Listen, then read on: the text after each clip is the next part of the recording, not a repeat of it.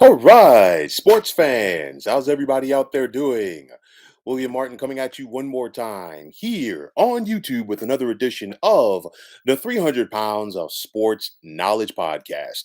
Now, another NFL Sunday is almost in the books, and we witnessed another hapless effort by the New York football Giants, this time against their arch rivals in the Philadelphia Eagles, who officially eliminated Big Blue from the playoffs, even though that we all know that New York was eliminated a long time ago. And honestly, in my book, I felt that the Giants season was over following their week 2 loss at Washington.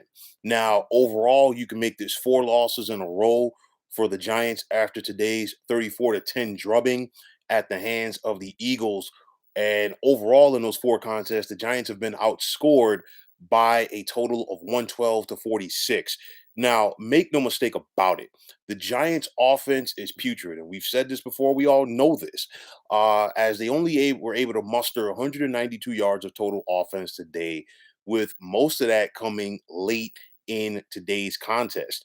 And we saw the Giants score a late touchdown today, and honestly, barring or taking away from a couple of garbage time touchdowns a couple of weeks ago against the Chargers, the Giants really could have 4 consecutive games where they were held to 10 points or less. That's how bad it is right now. And it's sad because the Giants defense competes, and the Giants defense competed last year, which is why they had an opportunity to win the NFC East until the last week of the season. This time around, obviously, we're seeing that, their defense, they can try for as much as they can, but eventually the dam is going to break. And I say that because if you're an opponent of the Giants right now, you go out there with the mindset that if you score 10 points, you've won the game because their offense is bad. I know that they're splitting time between two quarterbacks who really shouldn't be out there at all, whether it's Jake Fromm or Mike Glennon. They're equally not good. And then, of course, their starter, Daniel Jones, who's out for the season. But honestly, Daniel Jones doesn't light a fire under that many people. And when you think about the news for the Giants, to me today, it went from bad to worse when ESPN's Adam Schefter reported that the Giants basically expected to bring back head coach Joe Judge as well as quarterback Daniel Jones for 2022, which is another sign to me that Giants co-owner John Mara has lost his grip on reality. Now, instead of flat out firing general manager Dave Gettleman, he'll more than likely retire, or he and the organization will agree to mutually part ways in order to save face. I know that, Gettleman has basically been a giant lifer outside of his time as the GM of the Carolina Panthers. But honestly, this once a giant notion, always a giant notion being family, this, that, and third. You got to throw that out the window right now because at the end of the day, Gettleman should have been gone. And honestly, if you had fired him mid-season, you kind of would serve notice that, hey, you know what, changes are coming. But if you're John Mara and you're talking about promoting from within, for what? Do you really want somebody that's currently working in this front office to be the team's general manager? Why? You need a fresh face. You need a person with fresh ideas from outside of the organization to show the Giants a different way of getting it done because obviously the way that they are accustomed to getting it done ain't working.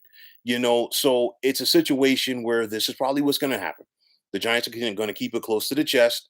They're going to likely hire somebody from within, and he's only going to add more kerosene to this already increasingly large dumpster fire. I look at it as the Giants have an opportunity, a golden opportunity, this offseason with the draft capital that they've been afforded to really turn things around. However, John Mara is the odds-on favorite to find a way to screw this up, and I really think he is. Um, and I think what's happening is and I've said it before and I'm going to say it again, when you hire a new GM, let him bring in his own personnel. Let him go get a head coach. Let he and the head coach work together as far as going out there and getting themselves a franchise quarterback. Now, I think you're doing a disservice to whomever the new general manager of the Giants is going to be, to have him inherit a holdover in Joe Judge, who has clearly shown that he cannot get it done as a head coach in nearly 2 seasons with the Giants. And I'm gonna keep saying that Joe Judge is not a head coach. And on top of that, now you have to inherit a backup quarterback in Daniel Jones, because I don't think and I don't see what Daniel Jones has done throughout his NFL career so far to show that he's worthy to be a franchise quarterback, or on top of that, where the Giants should commit to him long term. And I don't see why Daniel Jones should be back as a quarterback in 2022, because at this point, we've seen enough game tape on Daniel Jones as far as what he can and cannot do. And what he cannot do is stay healthy. And what he cannot do is be able to elevate the play of the people around him. And I keep harping on it. If you go back and look at Daniel Jones collegiately at Duke, what stood out for him? So, how in the world do you think that being at Duke playing mediocre football is going to be something that's going to like translate to success in the National Football League? It doesn't work like that. So I look at it, and at the end of the day, all of this falls back into the lap of John Mara. I really feel that Mara has lost face, or lost touch rather, with his fan base. This was a guy that 10 years ago, he was the talk of the town. The Giants have been basically about to win their second Super Bowl title in a 5-year stretch. But who knew that when that happened in February 2012, that this is what the next 10 years for this organization would look like? One winning season, or pardon me, 2 winning seasons since their last Super Bowl title.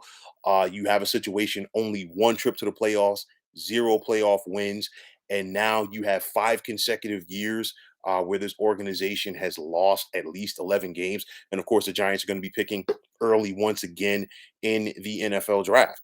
And the thing is, Mara, to me, I think, is out to lunch, and it has absolutely nothing to do with last Sunday's free soda debacle at MetLife Stadium. It's a situation where, you know what, your team is sinking into the abyss, and it's time for you, instead of throwing out a life raft, maybe throwing out a SOS sign for help, because the thing is, whatever you're doing is not working, and it's not going to work. If you're the Giants, you have an opportunity this off season to start building a foundation for something going forward with so many draft picks. And I always say draft picks are only good if you know what you're doing with them. And at this point, the way it's going, and all signs point that the Giants draft or hiring somebody else as their general manager who doesn't know what he's doing. I mean, you can just look at some of the impact players that the Giants have passed over in recent drafts early on and compare those to their current first round picks. This is a reason why the Giants are in the situation that they are in. I will continue to say it. There is no way that Daniel Jones should be the starting quarterback for the Giants next season. If you have to look at what you're up against in order to win that division, and you have to ask yourself, can Daniel Jones go out there and beat the Dallas Cowboys? Can Daniel Jones consistently go out there and beat the Philadelphia Eagles? Can Daniel Jones go out there and consistently beat Washington? Granted, Washington is the one team that he has had success against in his NFL career, but nonetheless, is this a guy that is going to excite a fan base? And the answer is no. This all falls into the lap of John Mara, and he is living proof that, or why the Giants are as bad as they are. We've seen coaches change, we've seen quarterbacks change, we've seen coordinators, personnel, you name it, change. But the bottom line is John Mara is still there. He's calling the shots. Obviously, he's not giving up the team anytime soon. And this is not a rant to, start a petition to have him maybe sell the team. Absolutely not. But nonetheless, it's a situation where he needs a grip and he needs a harsh dose of reality, as his once proud franchise is no longer that. At this point, to me, I think maybe if some of the Giants season ticket holders started selling their tickets and people stopped showing up to the games as they basically already have. But if you have more and more fans from the other team going to MetLife Stadium to cheer, then just maybe John Mara will realize that he has a problem, because you built this nice stadium. It's a very lovely facility, but as the years go by, you're only going to hear more Cowboy fans there, more Philly fans there, more Washington fans, any other team, especially the bigger market teams or the teams with a bigger fan base, a la the Steelers or the Raiders. You're going to hear those guys. And it's a darn shame, because you sit back and watch the Giants right now. And it's a situation where once upon a time, when they took the field, you expected this organization to win. Now we are in a situation where if the Giants win a game, you're shocked.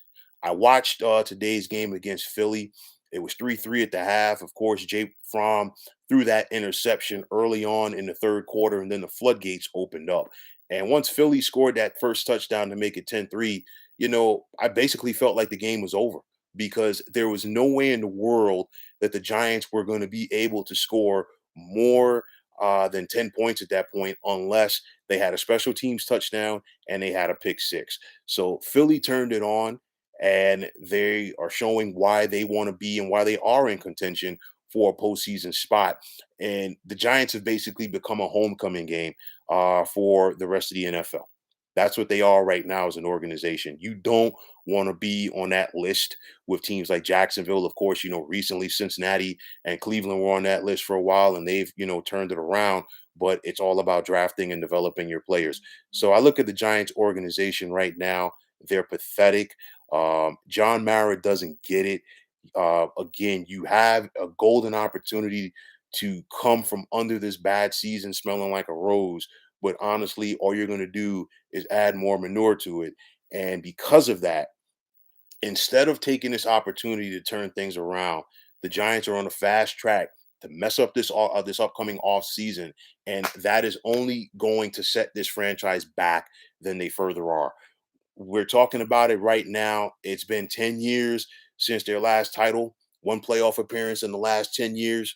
Um, John Mara is going to find a way to mess this up, and the next 10 years could actually be worse than this previous decade.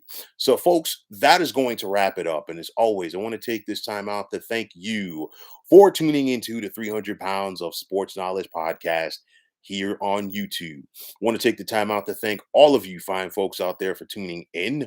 And if you have not already, please feel free to subscribe to this channel.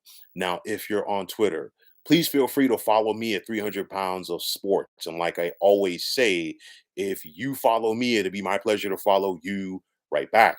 There's also the sports discussion group on Facebook at the Sports Depot 365. You can check it out, drop a line, and be a part of one of the better sports debating sites going on social media. So, once again, fine folks, my name is William Martin, signing off, saying take care and have yourselves a wonderful day.